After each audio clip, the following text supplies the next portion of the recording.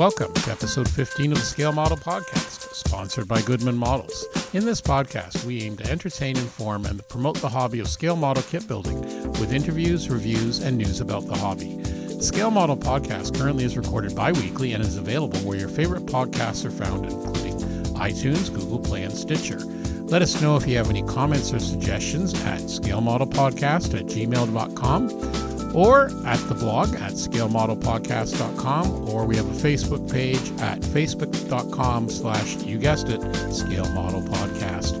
We also publish extra video content on the YouTube channel, and there's a Patreon page at patreon.com/Scale Model Podcast. The money raised will be used to help offset web hosting costs, as well as to purchase a digital recorder and microphone, so more interviews and other contents can be created for you, the listeners of the Scale Model Podcast. As the podcast grows, we hope to introduce giveaways and other bonuses to Patreon supporters as a thank you for supporting the Scale Model Podcast. My name is Stuart Clark, and of course, I'm here with the man, the myth, the legend, Mr. Super Standing Block himself, Mr. Anthony Goodman. Hey, Stuart, how are you doing? Not too bad. I still sound a little bit like Barry White, but I'm every week slowly feeling a little bit better.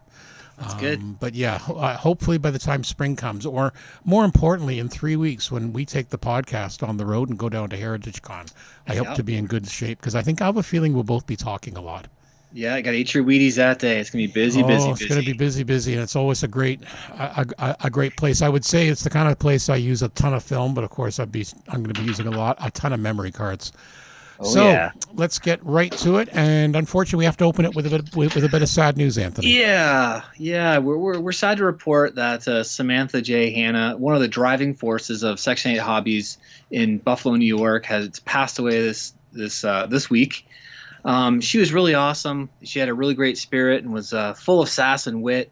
And we're just really sad to report this news. And she's also a very talented miniature painter, winning awards and just doing phenomenal stuff, and just a really kind person. And it's a real blow to the hobby community in the area. And I know she'll be sorely missed by her husband Justin and son Red. And Justin is the proprietor of Section 8 and a longtime friend of mine.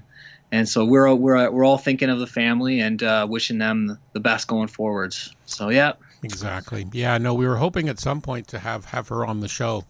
Yes. But like I said, very unfortunate. And if you can, I know Section 8 is just, as Anthony has said, they just do a awesome work, and they're well regarded in the community. So we're always sorry when we hear that. So as we say, they're both in our prayers. Absolutely. Okay, getting right on to some other things. We were talking about armor stuff a little while ago, and there's a ton of stuff. If you're into the Israeli Defense Force modelers, they got a bunch of different releases. Our friends at Dragon in particular, they've got all this, of course, is in 1/35th scale. They've got an IDF M60 with a dozer blade. We seem to see a lot of tanks coming out with dozer blades recently, with the Leopard and things like that. So that's scheduled to come out in March 2019, so later this month. Apparently, it's correctly arranged ERA modules. All sorts of things. Impressive-looking dozer blade. So this is a new thing with some of these features, and I got the impression from reading some posts around it's something that hasn't really been done a lot. So I know this one's people have been waiting for. Yeah, I've never heard of an M60 with a blade, but the Israelis are always clever. You never know. They come up with some pretty cool things. And speaking of pretty cool things they've come up with, they've got the IDF M113 fitters and Chatra P, I'm probably butchering that, my apologies, repair vehicle in a combo set. Again, 1/35th scale, going to come out in April 2019. So this allows you to build both the M113 fitter and the Chatra P field repair vehicle. So again, another good possibility for some pretty cool ideas for dioramas. Cool. Brand new parts, hydraulic planes, boxes and racks for student the repair vehicle as well. The link we've provided has just an absolute ton of pictures when you see these. So again, some other good ideas there if you want to do some dioramas. Yeah. Now the Zelda, the M113 Zelda, that there's been lots of kits of that over the years. I would think But so, yeah. I think the fitter thing, I don't know if I've ever seen that before. I wonder if No, that's maybe getting its first time in plastic. So that's yeah. kind of neat, something different, right? Yeah, definitely. Again, from what I read, and people were commenting on Facebook and in the forums, and that people seem to say, this is kind of cool, and it's going to be really neat. Also, on a similar vein. Hobby Boss is their product update for March. They feature an Israeli vehicle as well, and I can never pronounce this name, Anthony.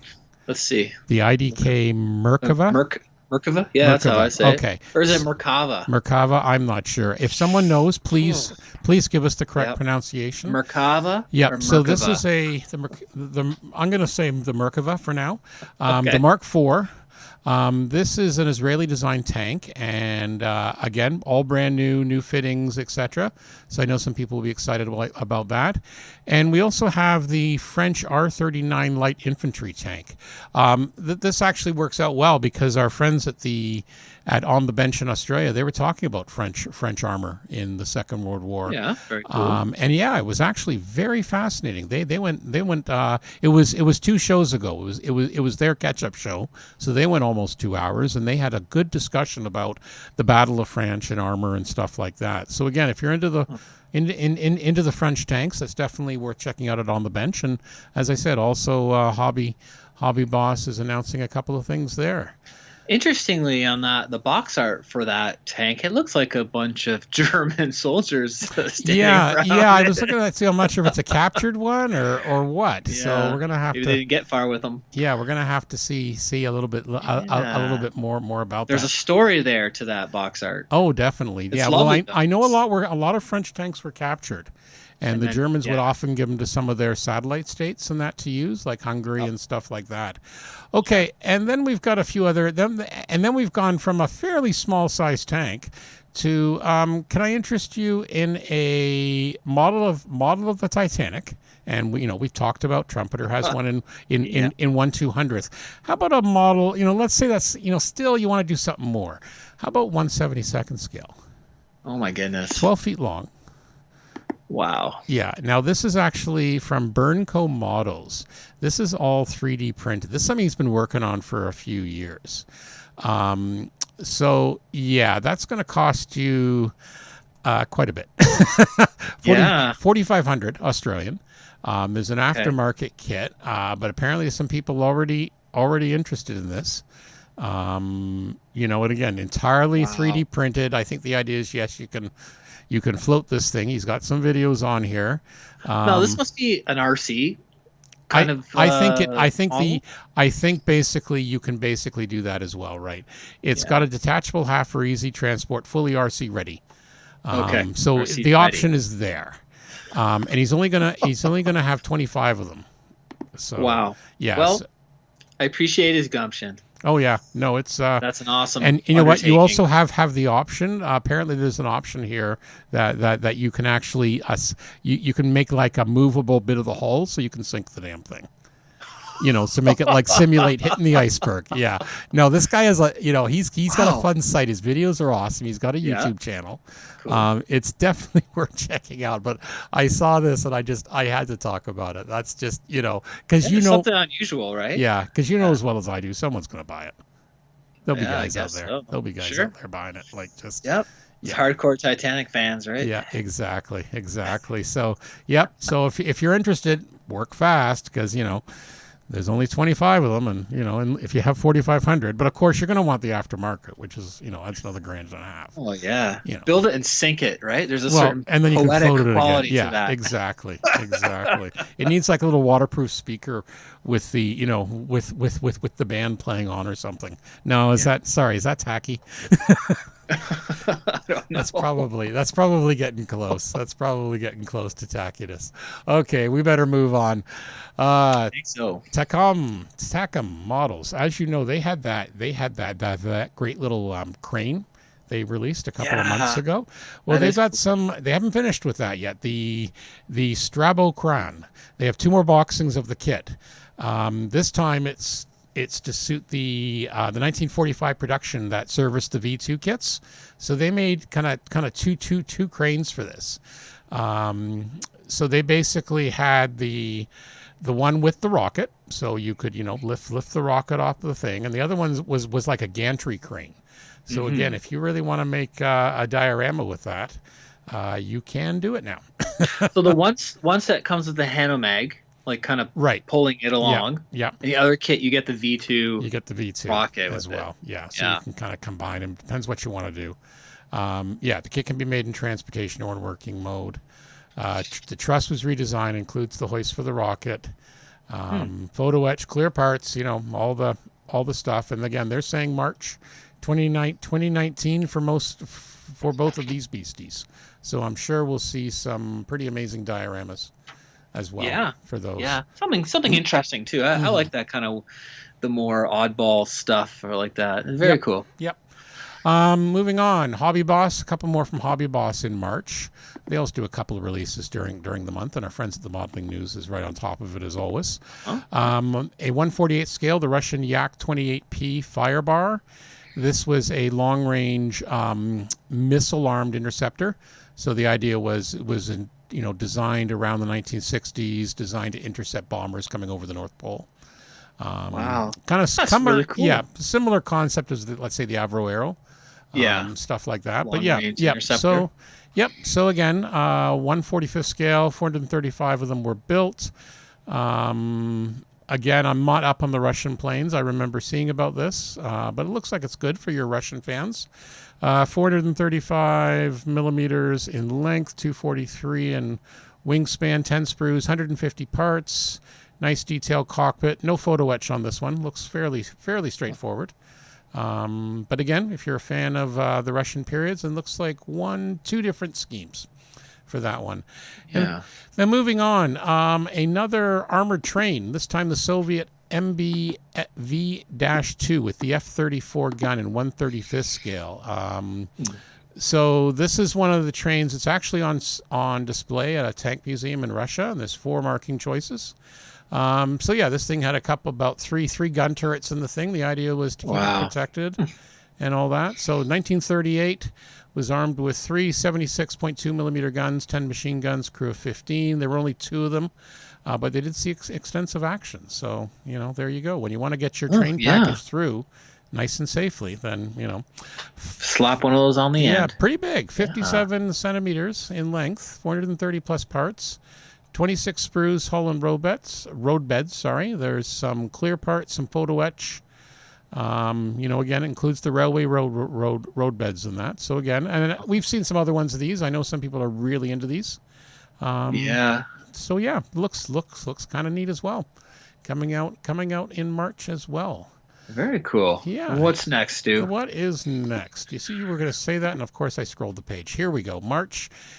From Dragon, U.S., March and April arrivals. I just went to the general arrivals page. There's a bunch of different things here. And I know some stuff that we should have covered before we haven't. I just wanted to point out they've got a 1/35 scale German super heavy self-propelled mortar in May, coming out in May.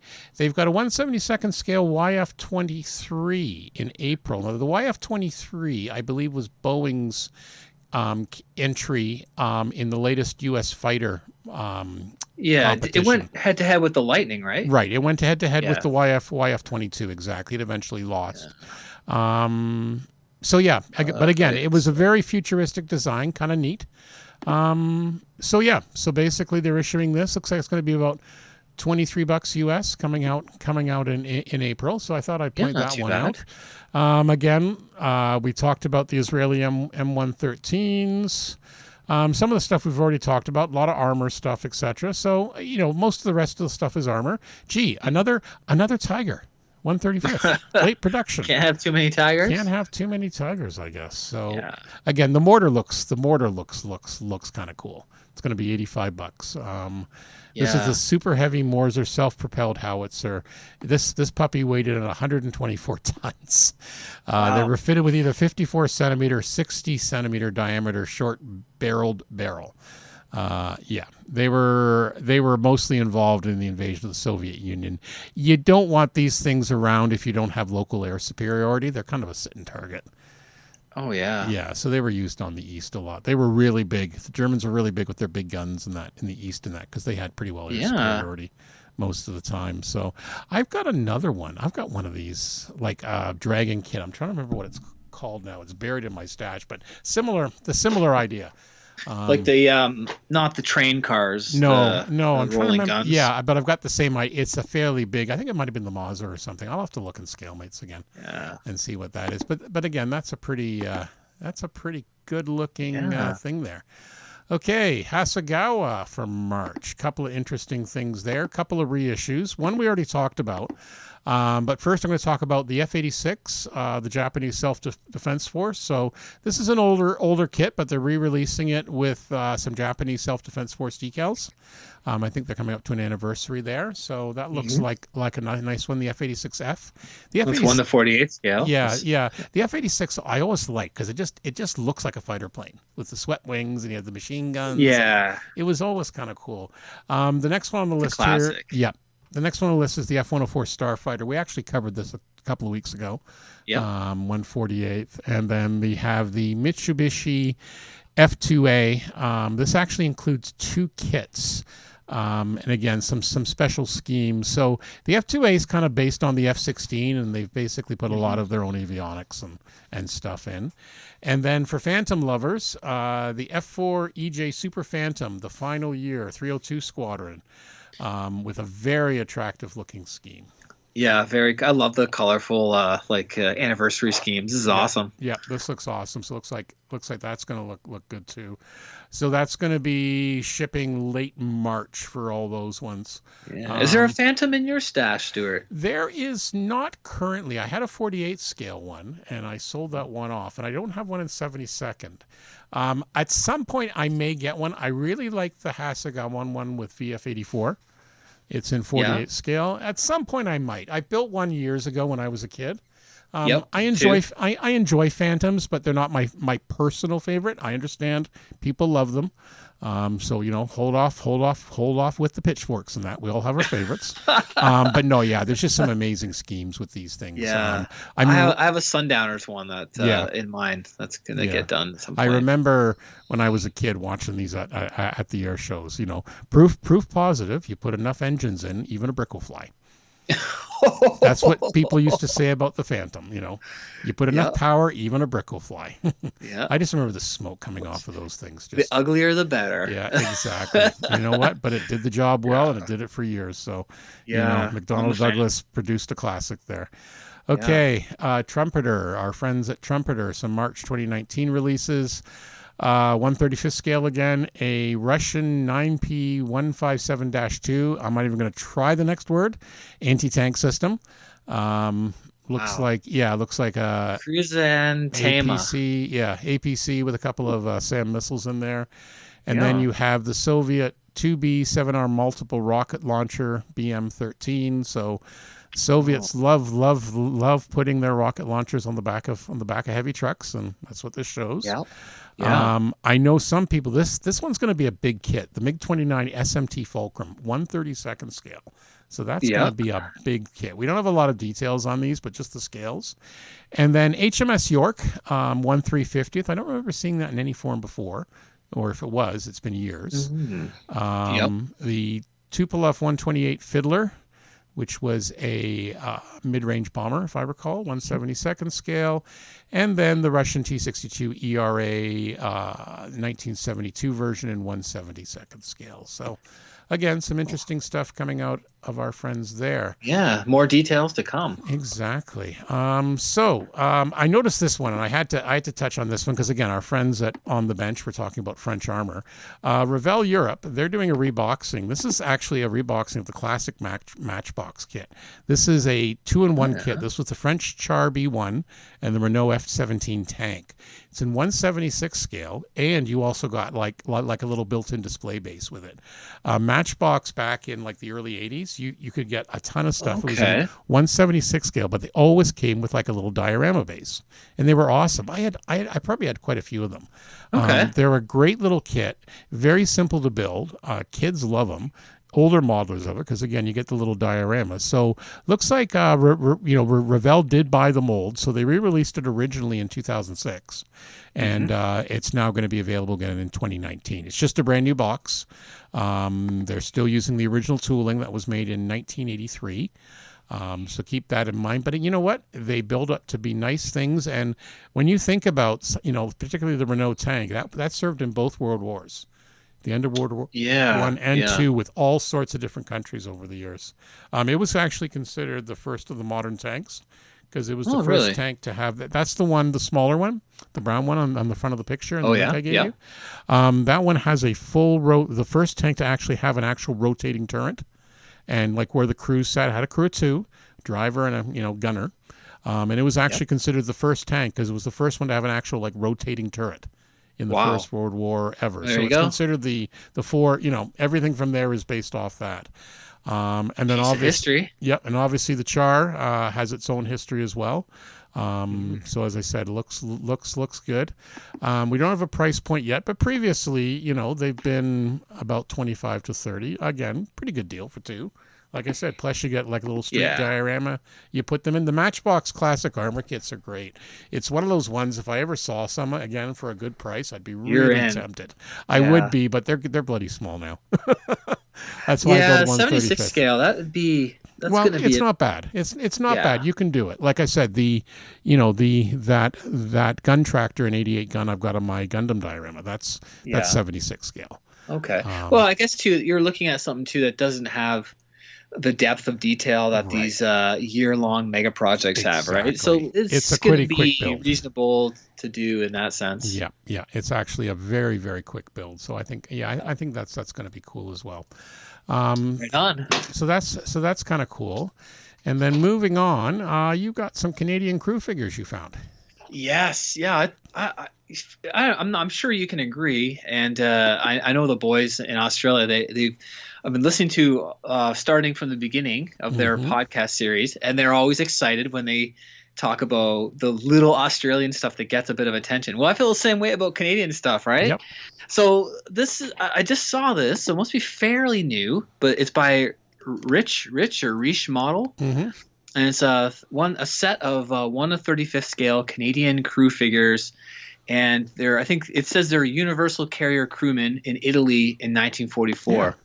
But the Canadian outfits, or uniforms rather, they were a little different. And if you're trying to model something like that, like it just gets fiddly trying to scratch build it or sculpt it. It's just nice to have something to work with that's right on the money, and not try and just modify American figurines or figures or whatever, right? So it looks pretty cool. We got a driver, I guess a commander working his walkie-talkie, and another guy riding along. But you know what? It's 1,360 yen.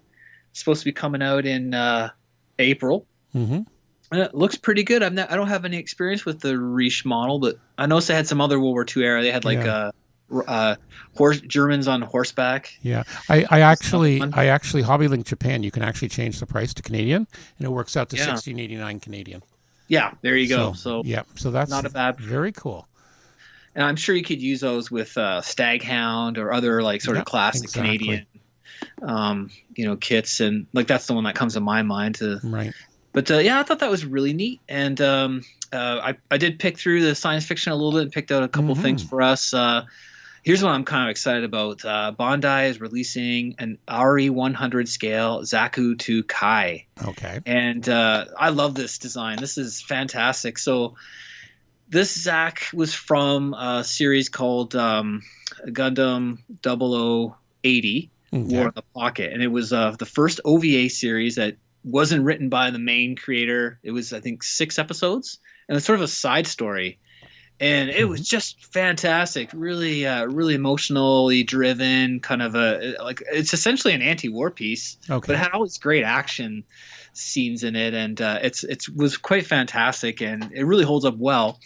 And anyway, at the time, so this came out in I think '89, and there was a model kit, a really awesome model kit line, and they're actually my favorites. I always go back to them, and really neat model kit line, and a lot of these Mobile Suit Designs, they kind of upgraded them a little bit. Right. They took like the classic ones from 10 years prior, but kind of gave them a little bit of a more modern spin. Mm-hmm. And that designer was Yutaka Itsubuchi, and I loved his work.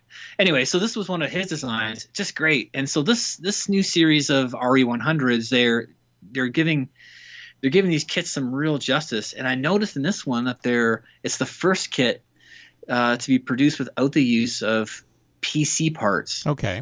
And then they're using this KPS to make, I think it's the internal parts and like a different quality of plastic.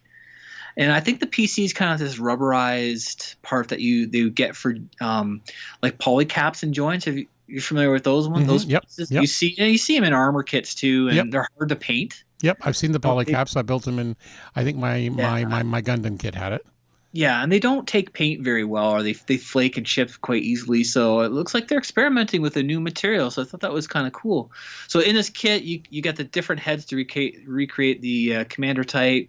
There's this Fritz helmet version, and it comes with some neat accessories: an MMP-80 machine gun, a heat hawk, hand grenades that can actually be stored in the waist compartment. Yeah, so I see that in the picture. Cool. What is a heat hawk? Is that the thing that looks like an axe in one of the pictures? Yeah, so it was like the mobile suits have like a nuclear power plant, right? Okay. So it could pick up it's for like close quarter combat. Okay. There's various weapons, and it would like when it picked it up, it would connect to the power source and have like an electrified sort of cutting edge just for defense or whatever. And well, then for cutting up your lunch. Yeah.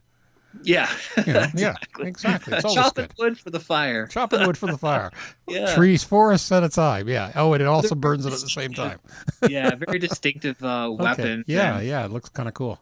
Yeah, it's a great design. So it's neat to see that getting some love in the 100 scale, because that's a pretty big scale for it is for suit kits. Yeah, about 36 Canadian. Oh yes, yeah, that's right. Sorry, that's coming out that's an April release, and 2,975 yen. So yeah, about $36 Canadian. Yep, about 36. Yeah, they're not bad for price point wise. Yeah, I know it's a good deal for a good size mech.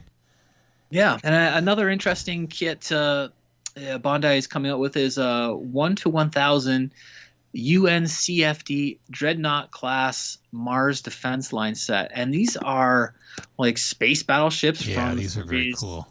Space Battleship Yamato 2202. Now, I actually haven't seen this series, but I've heard so many awesome things about it, and there's been a ton of really high quality kits that just look stunning. Mm-hmm. And sort of, I know there's a lot of like epic space battles with these warships, and so this set is 5,100 yen, 63.35 Canadian. Yeah, and you get a couple ships though. Yeah, you get 2, plus you get 8 of the fighters, and I love the little display bases they come with. Yeah, they're very well put together kits, right? Like these are sort of the latest engineering. They've added some things in them, like the extra fighters and display bases built in. And I wonder if there's a lighting kit. They say it is available. The kits can also be lighted with LEDs sold separately if you like. Includes foil stickers and water slide decals, and they are available now. Yeah. Oh, that's out. Okay, so that one's just out. Just out now. Yeah, that's pretty. I like these ones too because they don't take up a lot of space and they look really cool. I do like these sort of futuristic ones. I have to admit. Again, I'm working on Pegasus right now, so yeah, it's along the vein of Battlestar Galactica and I'd like to do in my personal wish list. I'd like to do the SDF Macross kind of. Big, giant space some warship. Of the big stuff. Yeah, it's amazing. Well, who do we have? Name's gone on my head in our club, and he builds a lot of these. Oh, Peter. Peter, he's always got some amazing, and his builds look good. His Zendradi stuff, and again, all different sizes, but they don't take up a ton of space. But the detail, is absolutely phenomenal. So you get 2 battleships here, and then you also get 8 in scale 3-seat Cosmo Tigers, which are the fighters. Yeah, and those are really cool designs as well for sort of space fighters. Yeah, I just love the way they have the on the base you have the base for the battleship, and then they've got little slots you can put the fighters in below. Oh, that's So cool. yeah, it's a very nice display base. And again, yeah, they do some amazing stuff. Well, again, it's Bandai, right? So they always Yeah, do some really cool they stuff. always put a lot of effort in, I think, and there always seems to be pushing the envelope in terms Hmm. of like the engineering quality and the techniques, right? And the in the industry itself. Well, So and yeah, very again, you cool. look at the sales, this is sort of stuff is leading the hobby now. Yeah, We've yeah, talked about it before. I want to do a show sometime about it. Our good friend sure. John Bias did a posting recently about going to a show Hmm. with some things. He's got some good news. The Gundam guys and the regular guys are getting along and stuff like that. But yeah, there's some absolutely amazing stuff. I look at some of the stuff here. If I just click on Bandai in the Hobby Link Japan, like you've got the first thing that came up with this was this High Metal R VT1 Super Ostrich. Ah, It's from yeah. Macross, and You gotta it's be careful. bright orange. That's a toy. Yeah, I know, but it's still cool. It is. Yeah. Yeah, Now, I know don't what you're get me saying. Yeah, wrong. The amount of engineering to make these things yeah, happen yeah, is, yeah. and you notice the price tags are Yeah, quite. quite They're a more. couple hundred Yeah. bucks or Yeah, whatever, this right? one's 89. No, but I'm just saying some of the, Yeah. the creative minds and then they're able to engineer these things Yeah, are the just engineering, because I think the super rosters in that case, in that high metal line, it's mhm. sort of like it's meant to be like a high end collectible thing. Right, So it will exactly. transform into the Batroid, the Gerwalk, and then the Yep, fighter mode, yep. and it's supposed to have like they're trying to keep true the proportions of animation, because that's the thing with animation, right? There'd be a lot of magical moments when That's things right. would transform and the proportions would be like out to lunch, right? Hmm. But And it so works. they're doing a really good job when they engineer these things for like that collector's market or even the Yep, model kits. yep, Like they exactly. just look awesome. They absolutely do.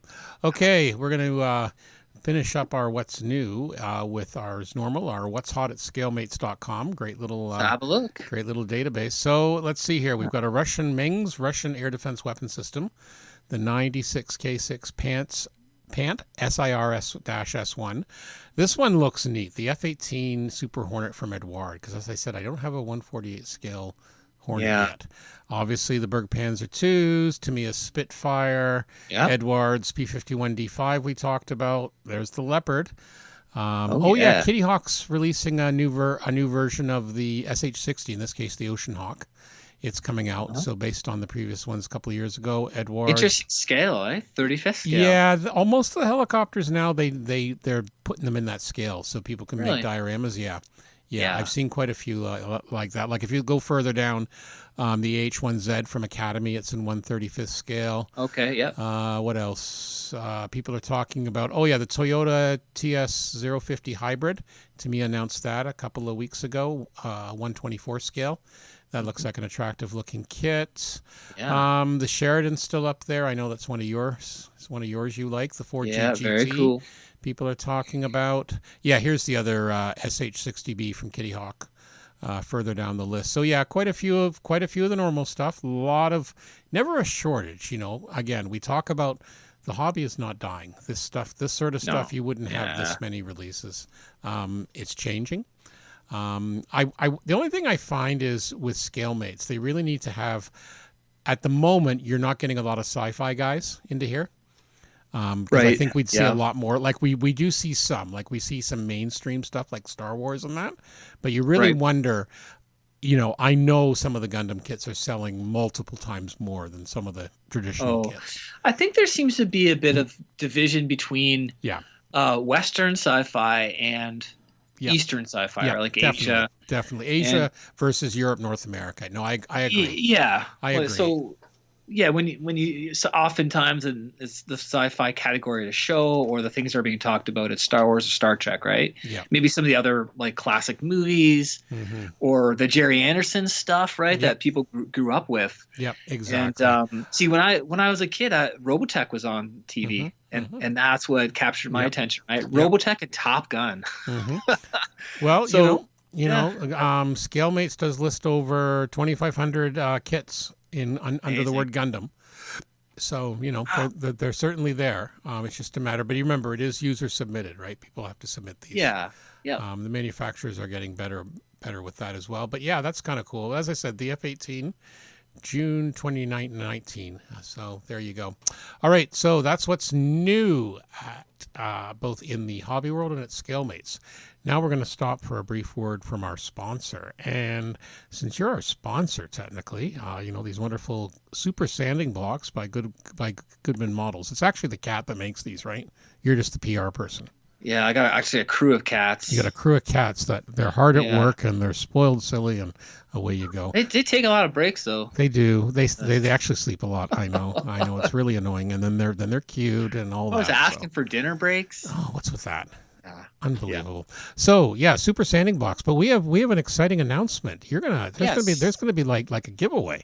Go ahead. Yeah, I think it's time, right? Maybe the first annual Scale Model Podcast Super Sanding Block giveaway. Sounds like a plan. So we thought we would try and offer something back to people, our loyal listeners and people who are enjoying the podcast. So we're going to. What are we going to do? How is this going to work? So basically, I've actually just posted just before we went on air. It's actually Sunday night. I posted to our Facebook page at Scale Model Podcast, facebook.com/Scale Model Podcast. And I will put a link to the post on the show notes because this will probably go up Monday night. So what we're going to do is we're going to award a super sanding block set to one lucky fan.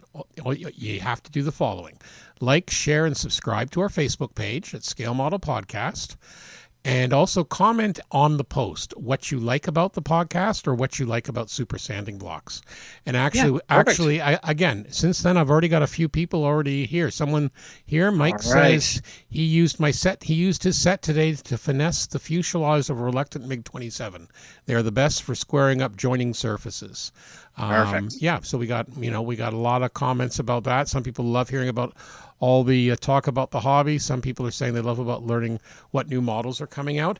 As I say, we do get quite a bit of email. We love that too. But we also want to have this Facebook community, and we really appreciate hearing your guys' comments and hearing stories. Again, some of our best interviews are people who have contacted us and said, "Hey, do you know about this? This might be interesting." So yeah, It's always great to hear. Now what else is happening with super sanding blocks? I heard something about, because I saw a post from our good friends at Wheels and Wings in Toronto. You can buy singles now. Yes, yeah, and that was something that was a long time coming, but it's worked out really well so far. I have released finally, I guess in a limited way, because you can only get them at Wheels and Wings so far. We're starting, but there might be some more places soon. Yes, so you can get every grit that's offered in the value pack set separately. So if it's something you're not sure about and you want to try it out, there's a chance to give it a shot. Or if you've used one up and just demolished it, like my dad, I gave my dad one of the earliest sets, and he recently showed me the 80 grit.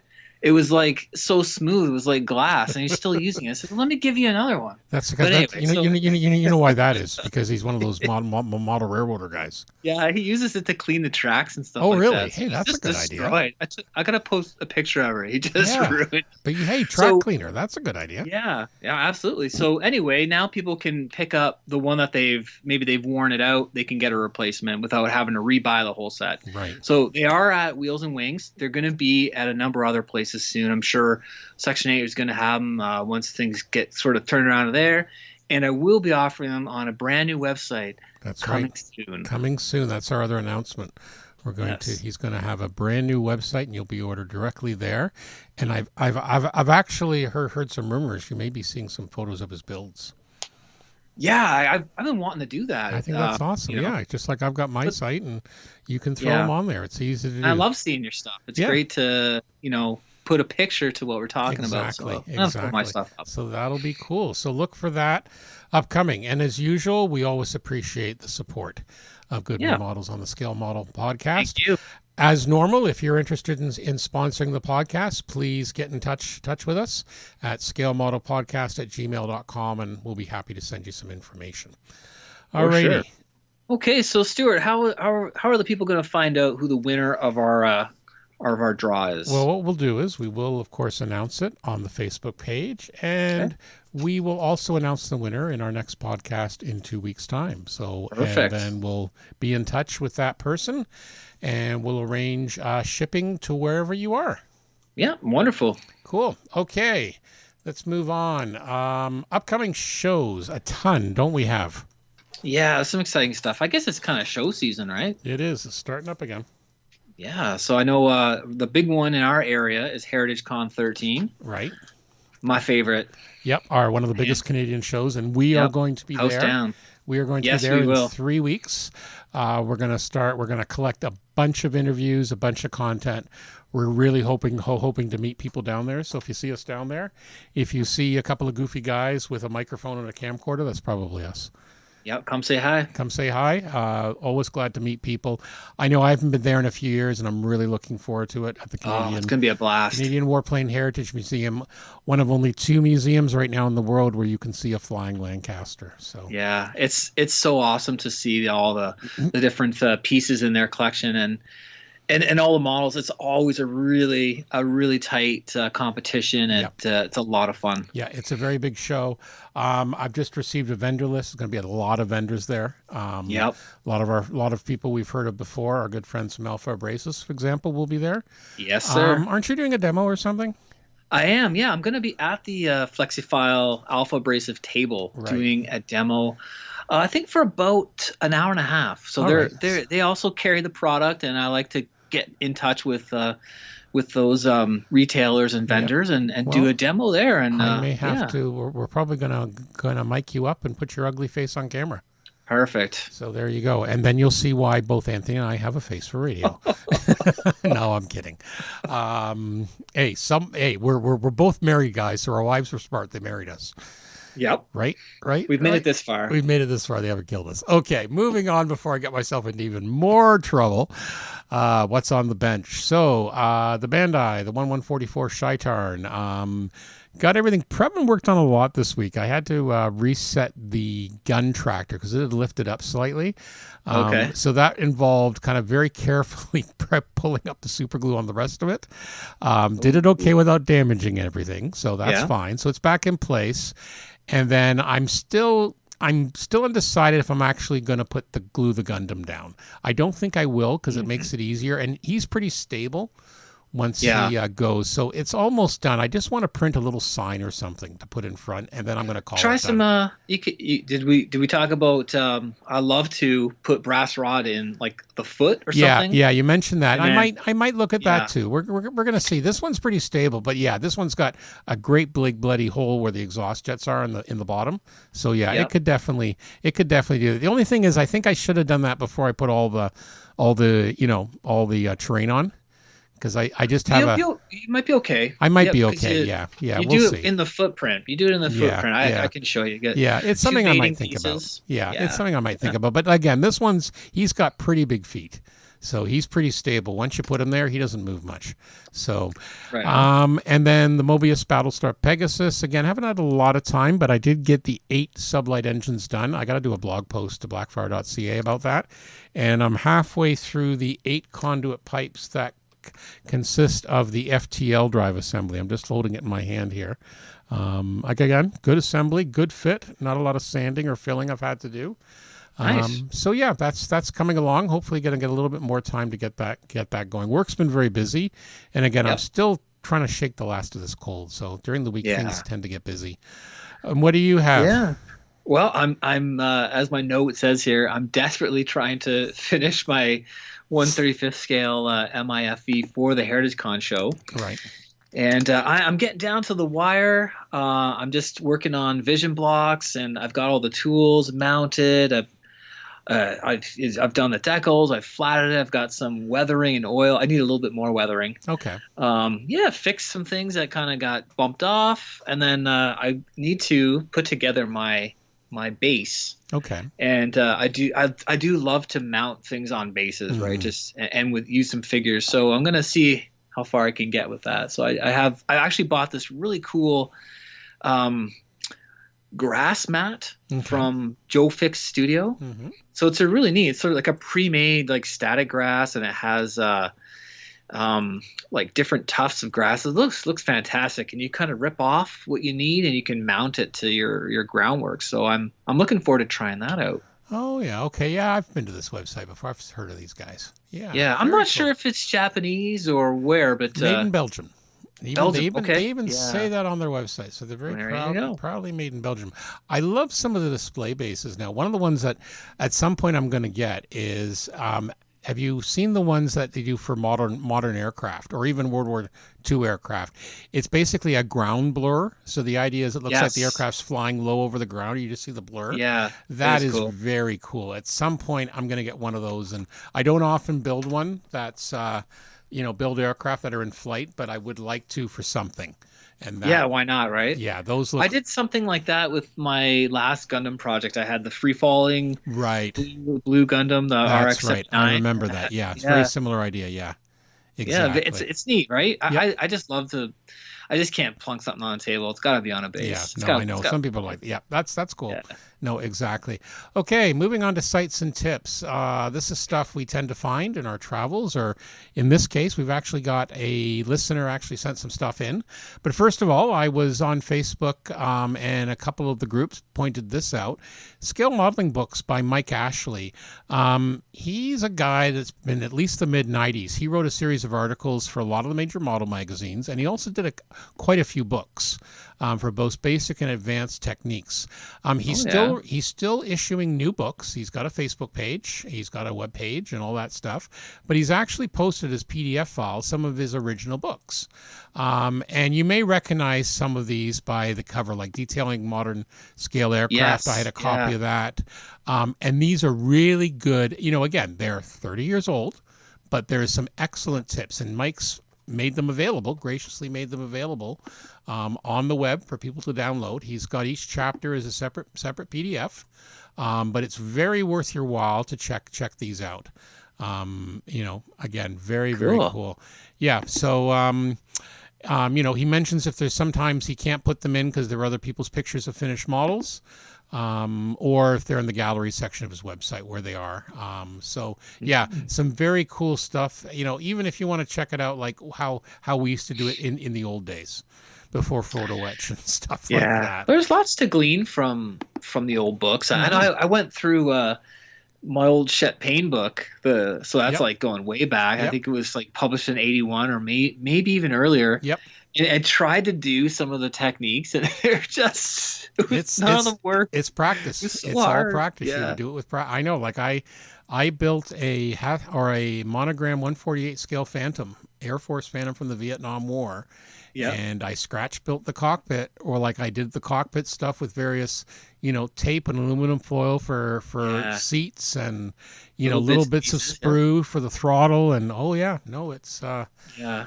It's neat to go through and kind of, you see the progression of the techniques and Oh, the yeah. people who kind of Yep. were on the forefront of doing this stuff. yeah, exactly. I couldn't get any of I'm like specifically footman loops, right? So I was trying to Mhm. do the loops on this M113 variant that I'm working on now, and he had these different techniques for making them. Yep. And there's a little picture with a little bit of text. So I tried it, spent a couple, an evening, just Yep. okay, I'm gonna just mess around and see if I can get this working. But it was really tough. I ended up kind of moving on to the next thing. But No, he sometimes made if it work, it's- and it Yep, was awesome. and that's what people used to do in the old days. Exactly. Yeah, So yeah. that's kind of cool. So yeah, so that's well worth checking out. And then I had a listener send me a nice email, Devin Poor. He's got a website and he does some amazing models himself. And we're going to get him on the show at some point. But he pointed out he's in the New Jersey area.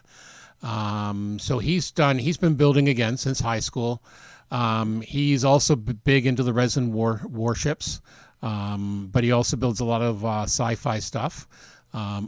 Basically all sorts of stuff. And just again, I posted a link to his webpage, and if you check out his gallery of models, he's got quite a bit there. We're going to get him on, but he also wanted me to mention the New Jersey IPMS chapter is going to put on the MosquitoCom, the 28th MosquitoCom in Wayne, New Jersey.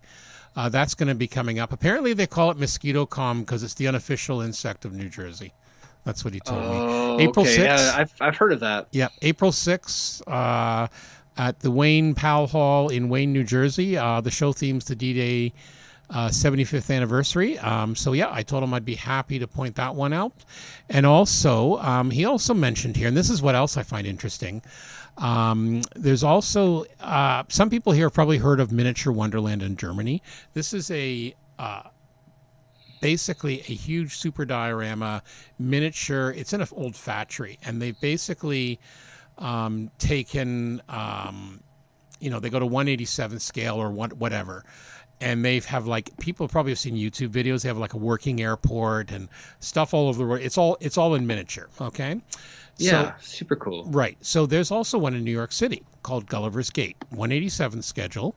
It also includes a working airport. He worked there for 2 years and helped build many of the pieces. That's why I want to get him on the show, because it's again just amazing what can be done with these miniatures. So yeah, 25 cities from 5 continents there. Pretty cool. I'm sorry, but I didn't know this existed in New York City. But if I go, I'm going to check this out. All different sort of things: Grand Central, New York Public Library, etc., etc. Now, the other thing that's interesting about that is the next day I had an email from him. My wife saw me, and she said, "Oh, have you heard of this?" She sent me a link. Our Home in Miniature Land. So miniatureland.ca, and I've got a link in the show notes. This is something that some people in Toronto, which is just 2 hours away from us, are making. It's going to open in 2020. Same idea, but it's all Toronto, Niagara, Hamilton, all around that area. So I just think it's neat. So I've put links to all of them. So we're gonna, we will basically talk about it. At some point we're going to get Devin on the show, and I think it's really, really neat. Also, speaking of shows, we forgot we were talking so much about Heritage Con. Let's go back and talk about the Buffalo area. Those guys are going to be really busy this year, aren't they, Anthony? Yeah, there's a ton going on there. We forgot to mention BuffCon 2019 is coming up. That's put on by the Buffalo IPMS Club, the BuffCon boys. Mm-hmm. And it's 36, BuffCon 36. Wow. And their special theme award is TV and movie night. So sounds a little sci-fi to me. Yeah, I like it. Kind of cool. Yeah, that's always a good show. I didn't go last year, but I've gone a number of times in the past years. Well, you're a member of the local Amps Club here. Yeah. Yeah. Well, that one London. I know our guys. The BuffCon is IPMS. Yeah. Sorry, I'm getting ahead of myself. Yeah, no, you're right. The next bit of news here is that Amps is having their nationals in Buffalo, and I think it's one of those things where it rotates cities. Yeah. So it's never going to be closer than Buffalo for us and a lot of other Canadian fans. So I'm in Amps this year just because the scheduling worked out better. Mm-hmm. But so that's gonna be a multi-day show. I think it's going to be awesome. And I know their theme this year is snow. Yeah, that's going to be fun. And I really like the Amps judging system where they actually take a little bit more time. They don't have a ranked 1, 2, 3 system. It's more of a merit-based judgment system, just like Wonderfest, where they basically you just compete against yourself, and they just have some criteria. But they do a really thorough job of going. And I think you even get a bit of notes. Like you get a bit of feedback that kind of tells you kind of why you ended up where you did. So, and I think that's really critical stuff if you're trying to improve your game and you want to see what more experienced people think. That's really a great learning opportunity. So that's the way I see it anyway. Right. So that Amps show, it's the 2019 International Convention. Okay. I thought it was in the Nationals. I believe it is, but it's called the International. It's called the International here. It's May 9th, so not far away. That's to May 11th. That's in Buffalo, New York, and I think it's at the Buffalo Grand Hotel. That's gonna be a really cool show, I think. Yeah, I think you're gonna have fun there because, of course, there'll be a ton of vendors and other things like that. I know Amps is held in really high regard. There's a lot of people that are members of both IPMS and or Amps or one or the other, and it's all good. Yeah, they do some amazing work. And we've got actually in our own IPMS club and local Amps group, we've got some award-winning modelers. Like they've won major awards at Amps. So it's always neat to see the stuff that's happening there. So we kind of glided over that. We were getting so excited about Heritage Con. Yeah, but they're coming up this we say May for Amps, and BuffCon is April 7th, 2019. Yeah, so it's going to be you're going to be. I hope you have a gas discount card. You're going to be busy. Yeah. Well, we got to pile a bunch of guys in the car, and everybody splits the bill, and away we go. That's what we're doing for Heritage Con. Maybe we'll do. You know what? I just had a thought because you say used to say Doug, who's one of our World War II aircraft and ship modelers, and he loves to talk about the hobby. I should get an interview with him while we're on the way down. Oh yeah. Well, I don't think Doug's coming with us, No? but we'll Okay. see him there for sure. Yeah, he's on my list at some point. But we'll do that. But yeah, we're gonna He have a always lot has of a lot fun of doing great that. stories. Yeah, no, he has great stories, and he's one of our most prolific builders. He sure is. He's He- a machine. He's a machine. He puts them out, and they're good quality. I don't know though. He's got to be. He's retired. I'm not gonna say how old he is. He's retired, but he still works He's on. old. He's an old dog. Yeah, he still works on 1 to 144 scale aircraft. I don't know. Crazy. And he's recently picked up. He brought it to I think 2 meetings ago. He's building HMS Illustrious in 1/700 scale, and he's got the photo etch. Yeah, he loves the tiny ships and the tiny planes. I don't know how he It's has too the small. eyes. Yeah, he has his magnifier, but yeah, I can't do it. So good for him. No, he always has some good stuff, and he's one of the original charter members of the club. But we'll get him on at some Yes. point. Yeah. Oh, he's a fun guy. Yep. Okay. So I think that's about it for this week. So as we say, make sure you check out our Facebook posting if you want a chance to win a set of super sanding blocks. And does that also include the cleaning brush, whatever? Yeah. All the value pack sets that go out. I've got it's like a rubber. A It's rubber. like Sorry. cleaning- Yeah. Yeah, a rubber. I that think you can I use always to- say toothbrush because that's what I use. It works well. that. You know what? That's what I've been doing it for so long. That's what I use too. Yeah. I always have toothbrushes around Yeah, just to it's like one of brush those the things. dust off of things and. But those But, erasers are good too. yeah. Yeah, they're really because I use something like that when I'm cleaning my files.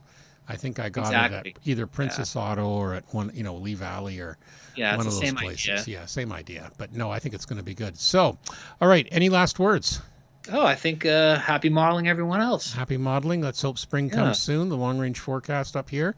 Sure. As always, if you want to get some more of your modeling podcast fix, don't forget to check out On the Bench from our friends in the land down under in Australia.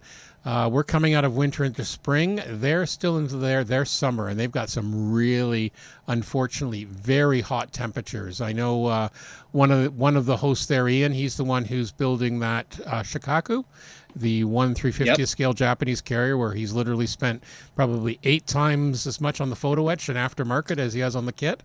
He actually posted. He just bought a base from a company down there. I'm sorry, and I don't remember the name of it. But this thing's like a solid wood base. It's got a lip so you can put a display case on. The thing weighs 5 kilograms. Oh my goodness. But as he says he can't do much painting right now because it's like 30 plus degrees Celsius in the house, even with the AC. Yeah, they're going through some real warm weather. So I know a lot of our Australian modelers can't get out and paint and stuff like that. But anyway, they're still out and they're still yapping away. They just did a series. I believe this episode was on space, and they just put that out last week. So definitely, looking forward to it. Yep, definitely give them a try as well. We always like giving a shout out to each other. And again, at some point, we're hoping Dave's going to come up, I believe, in Canada early 2020.